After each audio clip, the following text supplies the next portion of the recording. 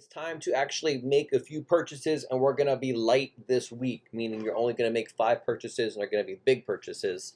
You can spend up to $20,000 on each purchase. Now, if you want to spend less than that for this week, it being the first week, that is fine. We're not doing any selling. We're not doing any short selling. We're not doing anything kind of extra. We're not doing simple. So I'm going to show you how this works. Take a look here at my screen. I've got a couple tabs open. I've got my stock market game open here. I've got Yahoo Finance open here, and I've got my email open here.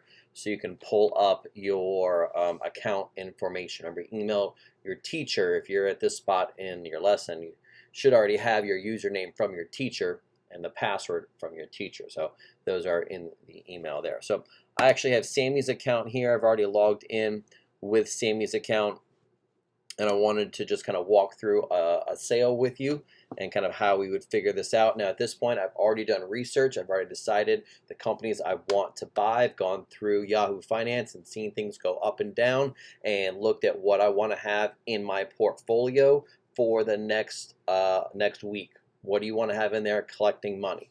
So throw your eyes here to Sami's portfolio.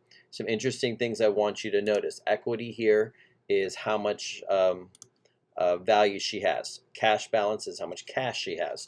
Remember, it's pretend cash. It was supposed to be $100,000, but I actually, if you look down here, I put this in on May 2nd. So it's been in here for a while now, and it's actually collecting interest in the account. You can leave money in there. Remember, banks and companies use your money to make money, so you get interest. Just like when you borrow money from them, you have to pay them interest. Right now, they are paying you interest, so Sami has actually made at this point $20.83 from interest. So just having it open there. So when you open your account, you might see a little bit more than $100,000. I have Yahoo Finance up here, and I am actually going to purchase some Microsoft. I'm digging what Microsoft is doing. You see Microsoft has been going up. I notice as I look at the trends on Microsoft over the past month, and remember I'm doing this for about a month, I see an upward trend. The only downward spike, most people were downward on that day. But if this thing a month ago, 1 month ago was at 166, and now it's at 183. If I could make another $20 per share over the next month that I have this, I think that's amazing. So that's what I'm going to try and do. I'm going to buy some Microsoft here. Microsoft's code is MSFT. All right, that's good to know. So I'm here at my portfolio page. I'm going to click on trade, and I want to enter a trade. There are a couple options here: stock trade, mutual fund, bond. Stocks only. If we had more time, I might teach you about mutual funds. I might teach you about bonds. That still might happen depending how long school goes, but we're sticking to a stock trade only. And you'll see options here for buy, sell, short cover. Buy this week. Next week I'll let you sell. This week is just buy. So we are going to buy. I'm not going to worry about these at this point. If you don't know the ticker symbol, but you should know the ticker symbol for what you're doing because you have it up on another tab. But you could type in a company's name and it'll pull it up for you. But I want to, look, I know how much it's selling for. So I want Microsoft MSFT. That is what I am typing in.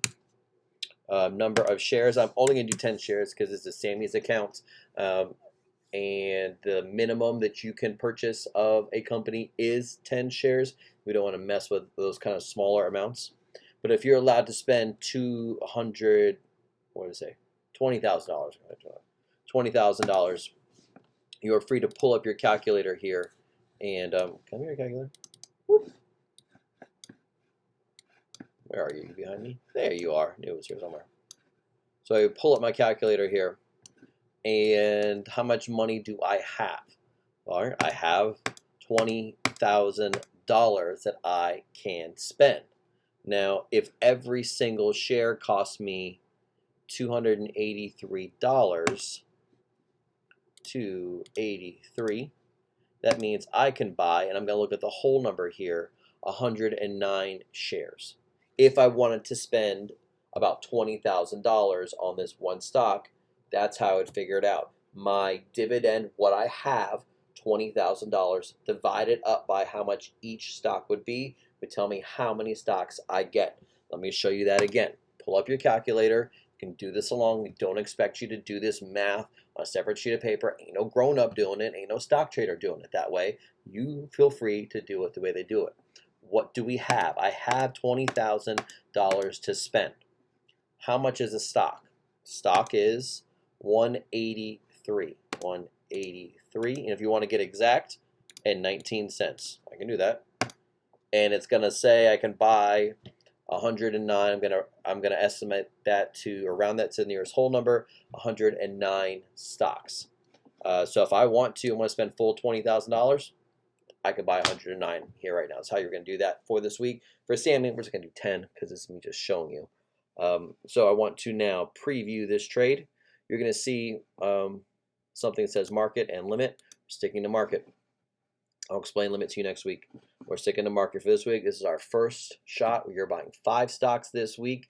You can spend up to $20,000 on each stock, or you can kind of spend a little bit less if you'd like. So let's preview the trade. Re-enter the password to confirm. So that is your regular password, and let's confirm the trade. That is a trade that we want to make. Confirm the status of transactions. This execute trades. Real-time accounts. All right, so my trade has been sent in.